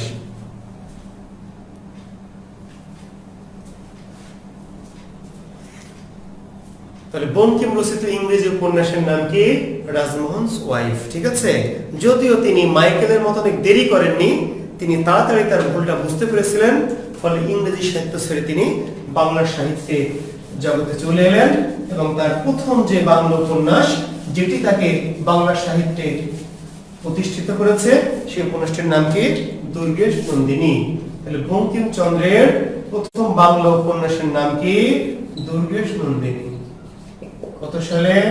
1865 সাল। অত্যন্ত গুরুত্বপূর্ণ সাল, অবশ্যই মনে রাখতে হবে। ঠিক আছে শিক্ষার্থী বন্ধুরা, সব সাল হয়তো তোমরা পড়বে না বা মনেও রাখবে না, মনে রাখার আসলে দরকারও নাই, কিন্তু কিছু কিছু সাল কিন্তু অবশ্যই কি মনে রাখতে হবে। তাহলে বঙ্কিমের প্রথম বাংলা উপন্যাস দুর্গেশ নন্দিনী, যেটিকে বলা হয় বাংলা সাহিত্যের প্রথম প্রকৃত উপন্যাস।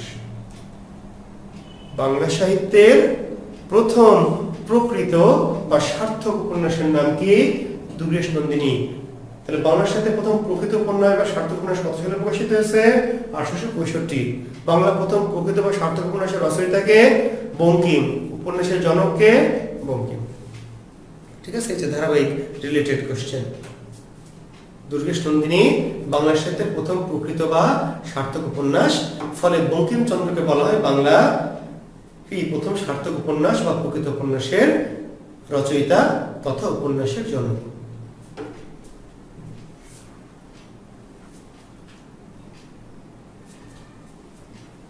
এর পরের বছর অর্থাৎ 1865 সালের পরে 1866 সালে বঙ্কিম লিখলেন কি? আরেকটি বিখ্যাত উপন্যাস যার নাম ছিল কপাল কুণ্ডলা।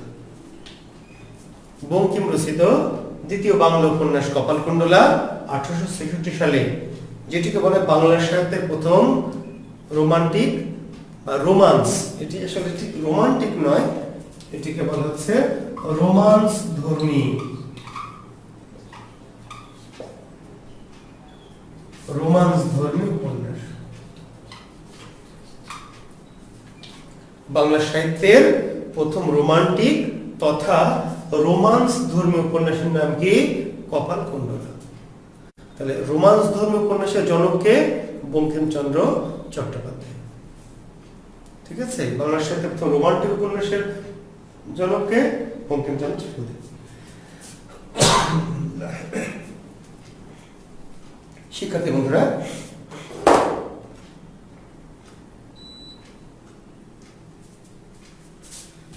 এরপরে বঙ্কিম আরো 12টি উপন্যাস রচনা করেছেন, অর্থাৎ বঙ্কিম রচিত বাংলা উপন্যাসের সংখ্যা কয়টি? 14টি। বঙ্কিম রচিত বাংলা উপন্যাসের সংখ্যা 14টি। ঠিক আছে শিক্ষার্থী বন্ধুরা, তাহলে সেই উপন্যাসগুলি কি? তার মধ্যে আমি 2-3টি বিখ্যাত উপন্যাস আগে বলে নিই, যেগুলো একটু সাল সহ জানতে হবে, তারপর বাকিগুলো বলার চেষ্টা করছি। এর বাইরে একটি বিখ্যাত উপন্যাস আছে বিশ্ববৃক্ষ। শিক্ষার্থী বন্ধুরা, 1873 সালে এটি প্রকাশিত হয়। বিশ্ববৃক্ষ বঙ্কিমের যে আরো একটি উপন্যাস থেকে জনপ্রিয়তা দিয়েছে, তার একটি উপন্যাসের নাম হচ্ছে বিশ্ববৃক্ষ। আরেকটি উপন্যাসের নাম হচ্ছে কৃষ্ণকান্তের উইল। কৃষ্ণকান্তের উইল, 1878 সালে কৃষ্ণকান্তের উইল। আরেকটি উপন্যাস হলো আনন্দমঠ। বঙ্কিমচন্দ্রের বিখ্যাত উপন্যাস এগুলি, বিশ্ববৃক্ষ, কৃষ্ণকান্তের উইল, আনন্দমঠ। সালগুলি সম্ভব হলে একটু মনে রাখবে। বিশ্ববৃক্ষ, কৃষ্ণকান্তের উইল। ঠিক আছে, সামাজিক উপন্যাস। বিশ্ববৃক্ষ কি জাতীয় উপন্যাস? সামাজিক। কৃষ্ণকান্তের উইল সামাজিক। আনন্দমঠকে বলা হয় ঐতিহাসিক উপন্যাস।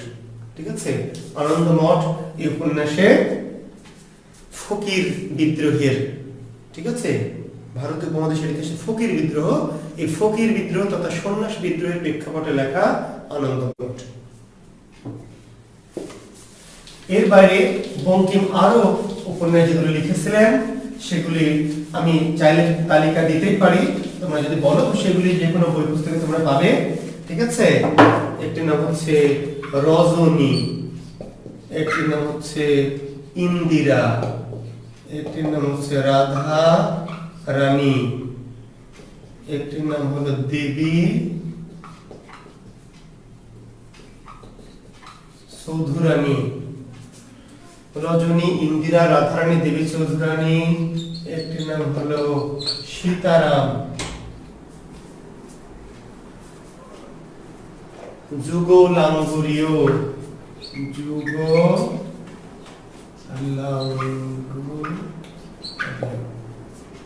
রজনী, ইন্দিরা, রাধারানী, দেবী চৌধুরানী, সীতারাম, যুগলাঙ্গুরীয়। রাজসিংহ,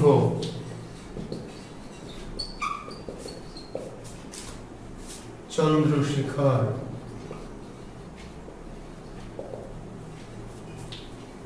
কয়টা হয়েছে শিক্ষার্থী বন্ধুরা? মৃণালিনী। তাহলে আমরা আগে কয়টা বলেছি? 5টা। 6, 7, 8, 9, 10, 11, 12, 13, 14। অর্থাৎ আমরা প্রথমে বলেছি দুর্গেশ নন্দিনী, তারপরে কপালকুণ্ডলা, তারপরে বিশ্ববৃক্ষ, কৃষ্ণকান্তের উইল, আনন্দমঠ, এই 5টি। এরপরে আমরা এগুলো একটু সাল, আমি আবার বলছি তোমরা চাইলে এগুলি সাল পড়তে পারো, তবে সব উপন্যাসের সাল পড়তে গেলে বিভ্রান্তি ঘটবে এবং ভুলে যাওয়ার সম্ভাবনাটা বেশি থাকবে। কাজেই যেগুলি আমার অতি গুরুত্বপূর্ণ সেগুলি আমরা সাল মনে রাখবো, বাকিগুলি শুধু উপন্যাসের নামটা মনে রাখবো। যে মৃণালিনী রচয়িতা কি, চন্দ্রশেখর কাল লেখা, ইন্দিরা কাল লেখা, কি জাতীয় রচনা, তাই না? তাহলে রজনী, ইন্দিরা, রাধারানী, দেবী চৌধুরানী, সীতারাম, যুগলাঙ্গুরীয়, রাজসিংহ, চন্দ্রশেখর, মৃণালিনী।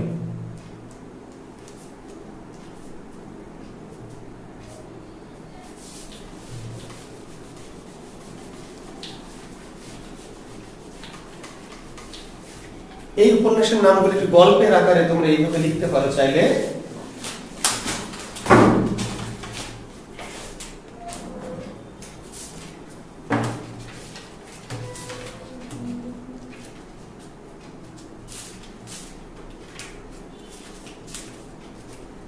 শিক্ষার্থী বন্ধুরা, বঙ্কিমের এই উপন্যাসগুলিকে আমরা একটু গল্পের আকারে এইভাবে লিখি, যদিও সবাই গল্পের আকারে পছন্দ করে না, তবু যদি কেউ এমন খবর অনেকে পছন্দ করে তোমরা এইভাবে লিখে নিতে পারো।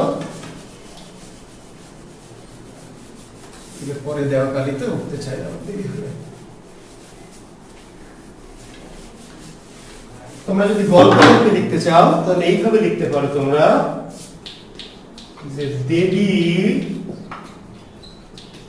চৌধুরানী ইন্দিরা, দেবী চৌধুরানী ইন্দিরা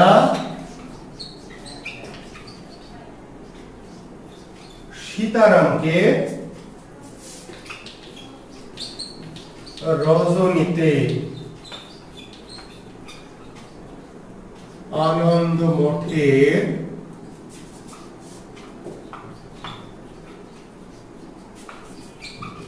বিশ্ববৃক্ষের তলে যুগলাঙ্গরীয় করাইল।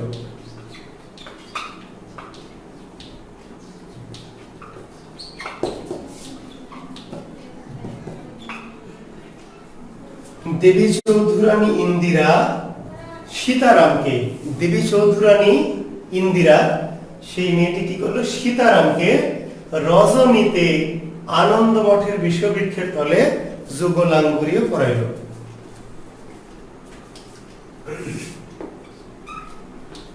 আর ওদিকে কি করলো, আর ওদিকে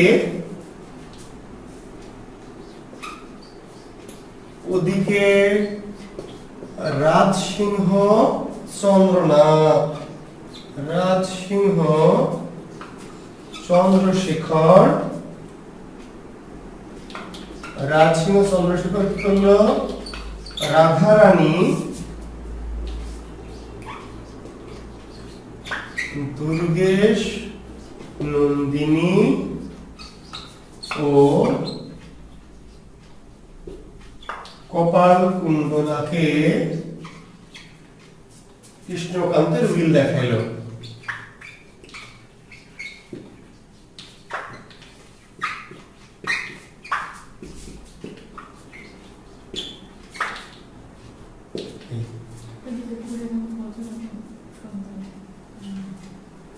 তাহলে দেবী চৌধুরানী ইন্দিরা সীতারামকে রজনীতে, রজনীতে মানে কি সেক্ষেত্রে রাতে, দেবী চৌধুরানী ইন্দিরা সীতারামকে রাতে কি করলো, আনন্দ মঠের বিশ্ববৃক্ষের তলে যুগলাঙ্গরীয় করাইল। দেবী চৌধুরানী ইন্দিরা সীতারাম রজনী আনন্দমঠ বিশ্ববৃক্ষ যুগলাঙ্গরী।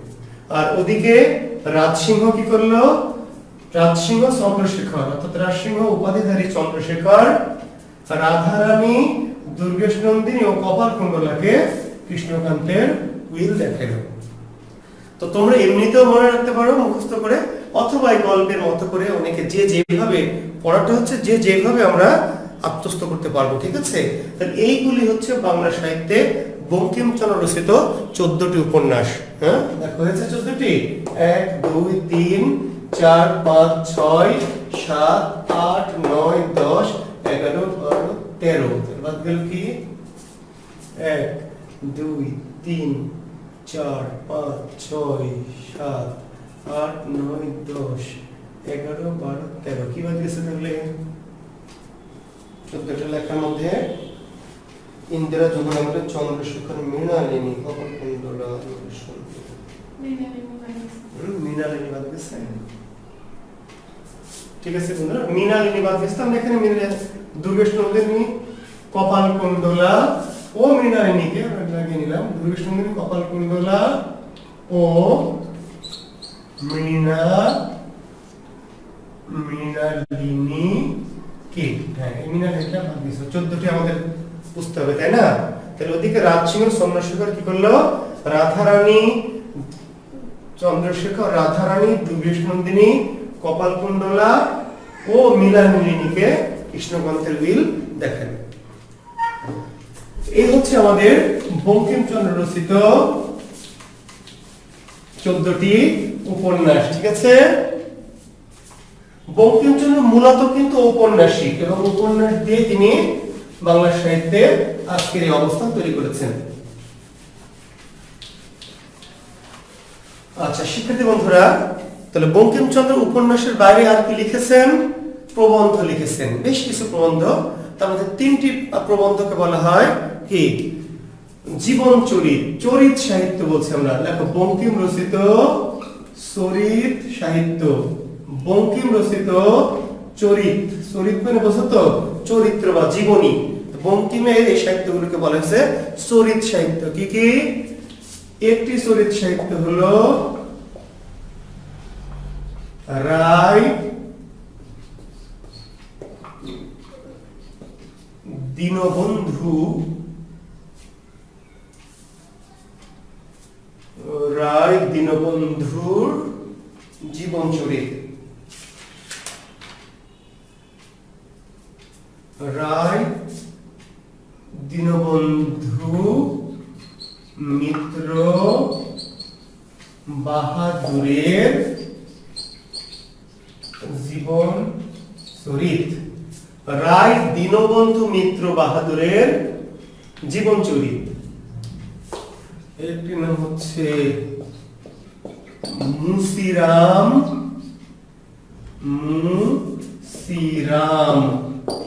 গুড়ের জীবন চরিত।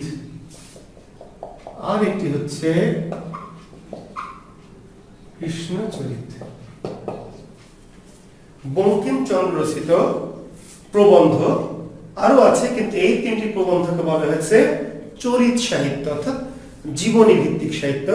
রায় দীনবন্ধু মিত্র বাহাদুরের জীবন চরিত, এটা হচ্ছে মুচিরাম গুড়ের জীবন চরিত, এবং আরেকটা হচ্ছে কৃষ্ণ চরিত বা কৃষ্ণ চরিত্র।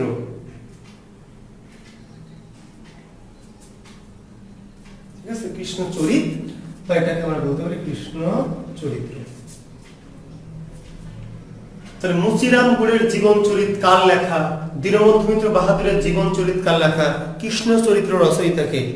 ঠিক আছে, এগুলো হচ্ছে আমাদের বঙ্কিমচন্দ্র রচিত কি? চরিত সাহিত্য।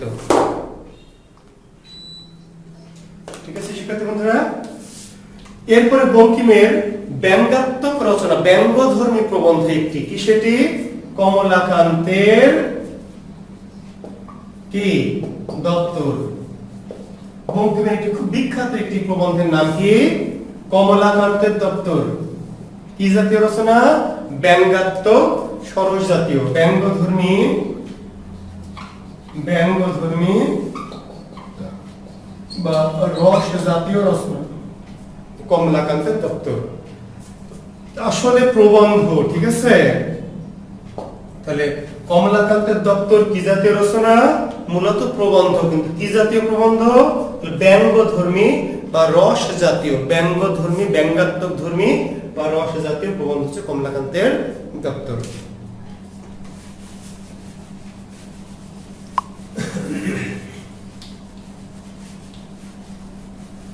এর বাইরে বঙ্কিমের আরো যে প্রবন্ধগুলি ছিল, সেই প্রবন্ধের দুইটি নাম আমরা লিখছি। বঙ্কিমের লেখা প্রবন্ধের একটি নাম হলো ধর্মতত্ত্ব, একটির নাম হলো সাম্য, একটির নাম হলো বিবিধ সমালোচনা, একটির নাম হলো বিবিধ প্রবন্ধ, একটির নাম হচ্ছে লোক রহস্য, একটির নাম হচ্ছে বিজ্ঞান রহস্য। ধর্মতত্ত্ব, সাম্য, বিবিধ সমালোচনা, বিবিধ প্রবন্ধ, লোক রহস্য, বিজ্ঞান রহস্য।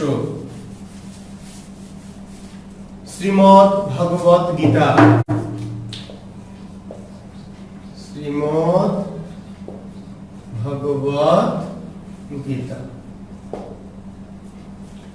বঙ্কিমচন্দ্র রচিত প্রবন্ধ সাহিত্য।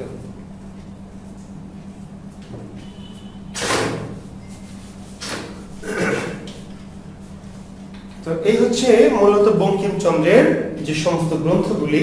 ঠিক আছে শিক্ষার্থী বন্ধুরা, বঙ্কিম মূলত ঔপন্যাসিক। ঠিক আছে, বঙ্কিম মূলত কি? ঔপন্যাসিক। ঠিক আছে, তিনি বাংলা সাহিত্যে উপন্যাসের জনক, সাহিত্য সম্রাট। তার বাংলা উপন্যাস 14টি আর একটি ইংরেজি উপন্যাস। এর বাইরে তিনি প্রবন্ধ লিখেছেন, মূলত প্রাবন্ধিক। দুটি কাব্য তিনি লিখেছিলেন, ললিতা এবং আরেকটি হলো মানস, যেই দুটি একসাথে পরবর্তীতে নামকরণ করা হয় ললিতা তথা মানস। আর প্রবন্ধের মধ্যে তার ব্যঙ্গধর্মী বা রস জাতীয় রচনা হচ্ছে কমলাকান্তের দপ্তর। আর চরিত সাহিত্য বলা হয় 3টি, ঠিক আছে? কি কি? মুসিরাম গুলের জীবন চরিত, রায়ের দীনবন্ধু মিত্র বাহাদুরের জীবনী বা জীবন চরিত, আর একটি হচ্ছে কৃষ্ণ চরিত্র। আর অন্যান্য প্রবন্ধের মধ্যে ধর্মতত্ত্ব, সাম্য, বিবিধ সমালোচনা, বিবিধ প্রবন্ধ, লোকরহস্য, বিজ্ঞান রহস্য, শ্রীমদ্ ভাগবত গীতা। আর বঙ্কিমের বাংলা সাহিত্যে আরেকটি সবচেয়ে বড় অবদান কি? পত্রিকা সম্পাদনা। বাংলা সাহিত্যে বঙ্কিমের আরো একটি, বঙ্কিমচন্দ্র চট্টোপাধ্যায়ের আরো একটি বড় অবদান কি?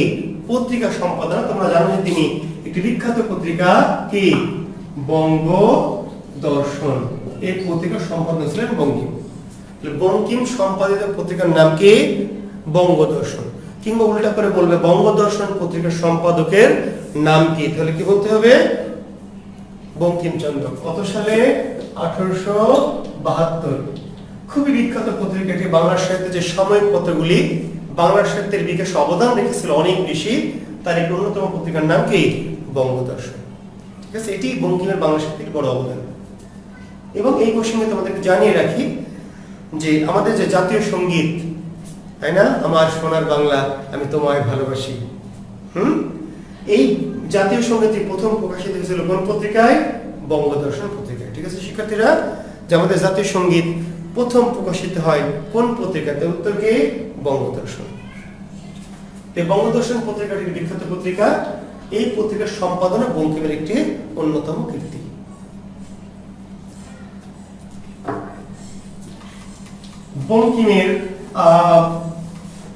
বঙ্কিমকে বলা হয় নীতিবাদী লেখক। বলা হয় নীতিবাদী লেখক। মনে রেখো, বঙ্কিমকে কি বলা হয়?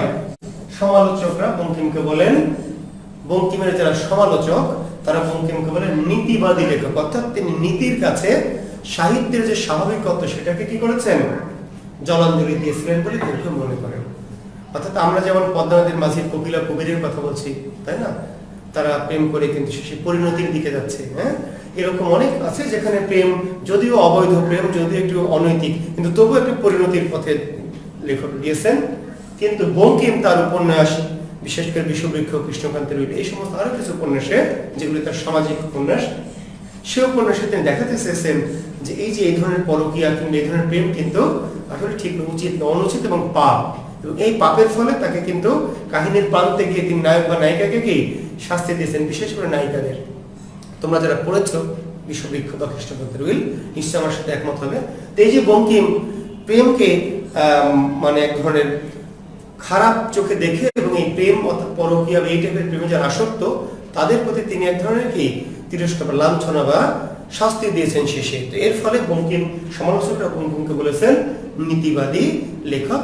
কেউ কেউ বঙ্কিমকে বলেন হিন্দু জাতীয়তাবাদী লেখক।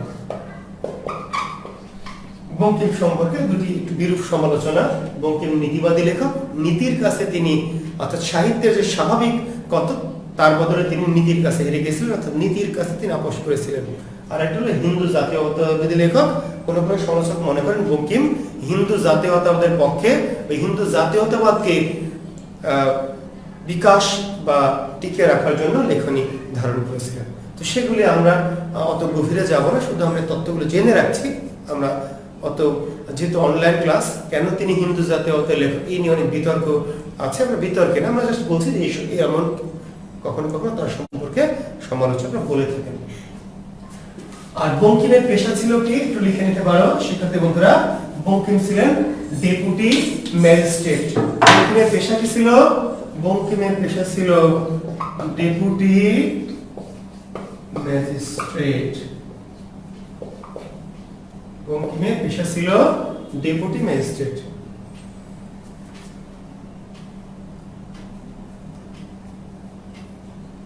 তো বঙ্কিম ডেপুটি ম্যাজিস্ট্রেট হিসেবে অনেক জায়গায় তিনি চাকরি করেছেন এবং জীবনের শেষ জীবনে তিনি কলকাতাতে স্থায়ীভাবে বসবাস করেছেন এবং আমাদের এই মহান সাহিত্যিক 1894 সালে মৃত্যুবরণ করেন। জন্ম হলো 1838 আর মৃত্যু কত 1894। কোথায়? কলকাতায়। 1894 সালে কলকাতা শহরে তিনি মৃত্যুবরণ করেন। তো শিক্ষার্থী বন্ধুরা, তো বঙ্কিম সম্পর্কে মোটামুটি এই হচ্ছে আমাদের আলোচনা। উপন্যাসগুলি নিয়ে বা এই ধরনের গুলো নিয়ে আরো অনেক গভীর আলোচনায় যাওয়া যেত, আমরা সেদিকে যাচ্ছি না। শুধু একটুখানি কথা বলে রাখি তার যে দুটি বিখ্যাত উপন্যাস, দুই তিনটি বিশেষ করে, যেমন কৃষ্ণকান্তের উইল, বিশ্ববৃক্ষ, দুর্গেশ নন্দিনী, কপালকুণ্ডল, এই উপন্যাসগুলি তোমাদের একটু পড়তে হবে। দুটো কারণ, বঙ্কিম কিন্তু খুব গুরুত্বপূর্ণ এবং দেখবা তোমরা খেয়াল করে বিসিএস এর আমি যদি ভুল না করি তাহলে 37 বা 38 এই জাতীয় বিসিএস এ দেখে খেয়াল করবে যে প্রশ্ন হয়েছিল প্রিলিমিনারিতে যে প্রদীপ নিভিয়া গেল কোন উপন্যাসের উক্তি, ঠিক আছে? কিংবা হয়তো এমন প্রশ্ন হতে পারে পথিক তুমি পথ হারাইয়াছ, এটা কোন উপন্যাসের উক্তি, কার উক্তি, তাই না? যেমন প্রশ্ন হলো এমন যে তুমি অধম তাই বলে আমি উত্তম হইব না কেন। প্রশ্ন হতে পারে এমন যে রবীন্দ্রনাথ থেকে একবার প্রশ্ন হলো যে আরম্ভের পূর্বেও আরম্ভ আছে, যেমন প্রদীপ জ্বালানোকে সলতে পাকানো। এই টাইপের প্রশ্নগুলি কিন্তু এই ধরনের বিখ্যাত যে উপন্যাসগুলি থেকে কিন্তু এগুলো লাইন চরণ আসতে পারে। কাজে বঙ্কিমের বিখ্যাত উপন্যাস থেকে বিশেষ করে কপালকুণ্ডলাতে অনেক ভালো ভালো কথাবার্তা আছে। তুমি অধম তাই বলে আমি উত্তম হইব না কেন, তুমি অধম তাই বলে আমি উত্তম হইব না কেন, তাই না? এই যে ধরনের কথাবার্তা সেগুলি কিন্তু আসলে কোন প্রবন্ধের। আর বাংলা সাহিত্যের প্রথম রোমান্টিক উপন্যাস যে কপালকুণ্ডলা, সে কপালকুণ্ডলার প্রথম রোমান্টিক সংলাপ পথিক তুমি পথ হারিয়েছ কাকে উদ্দেশ্য করে বলেছে? নায়ককে। নায়কের নাম কি? নবকুমার। তাহলে প্রশ্ন হবে যে কপালকুণ্ডল উপন্যাসের নায়কের নাম কি? নবকুমার। নায়িকার নাম কি? কপালকুণ্ডলা। মতি বিবি কোন উপন্যাসের চরিত্র? কাপালিক কোন উপন্যাসের চরিত্র? এই টাইপের কোশ্চেন হতে পারে, ঠিক আছে? তারপর কৃষ্ণকান্তের উইলের চরিত্র কোনটি? বিশ্ববৃক্ষের চরিত্র কোনটি? এরকম করে এই যে বিখ্যাত উপন্যাসগুলির চরিত্র, বিখ্যাত উপন্যাসগুলির যে বিভিন্ন সংলাপ বা বিভিন্ন ধরনের গুরুত্বপূর্ণ যে বাণীগুলি, সেগুলি কিন্তু পরীক্ষা আসতে পারে। কাজেই এই 14টি উপন্যাস না, কিন্তু 2-4টি উপন্যাস, কিন্তু বড় বড় উপন্যাস থেকে ভালো ভালো উপন্যাসগুলি সম্ভব হলে একটু পড়বে, তাহলে তোমরা পরীক্ষা আরো বেশি ভালো করতে পারবে। এবং প্রশ্ন যদি জটিল হয়, আমরা কিন্তু প্রস্তুতি এমন নিব যেন প্রশ্ন যাই হোক না কেন আমরা উত্তর দিতে পারবো, ঠিক আছে শিক্ষার্থী বন্ধুরা? আমরা দুজন লেখক নিয়ে আলোচনা করেছি, খুবই বিখ্যাত দুজন লেখক আমাদের বিসিএস এ। তোমরা জানো যে যে লেখকগুলি পাঠ্য তালিকা, তোমরা কি জানো যে বিসিএস আমাদের কিন্তু সিলেবাসভুক্ত লেখক আছেন কিছু, যে কোনো লেখক সম্পর্কে আসতে পারে, কারণ অন্যান্য বলে একটি শব্দ দেওয়া আছে, কিন্তু কয়েকজন লেখকের কিন্তু তালিকাভুক্ত বিসিএস এর সিলেবাসের মধ্যে আছে। তো তোমরা সেই তালিকাটা আশা করি তোমাদের কাছে আছে, আমরা ওই তালিকা ধরে ধরে কিন্তু পড়াচ্ছি, ঠিক আছে শিক্ষার্থী? আগামী আমাদের 16 তারিখে ক্লাস আছে, আমরা হয়তো আরো কোনো গুরুত্বপূর্ণ একাধিক লেখক নিয়ে আগামী ক্লাসে কথা বলবো। তো সেই পর্যন্ত তোমরা ভালো থেকো, তোমাদের সাথে আবার আমার কি সামনের ক্লাসে আবার দেখা হচ্ছে। তোমরা ভালো থেকো, সুস্থ থেকো, সুন্দর থেকো। আল্লাহ হাফেজ।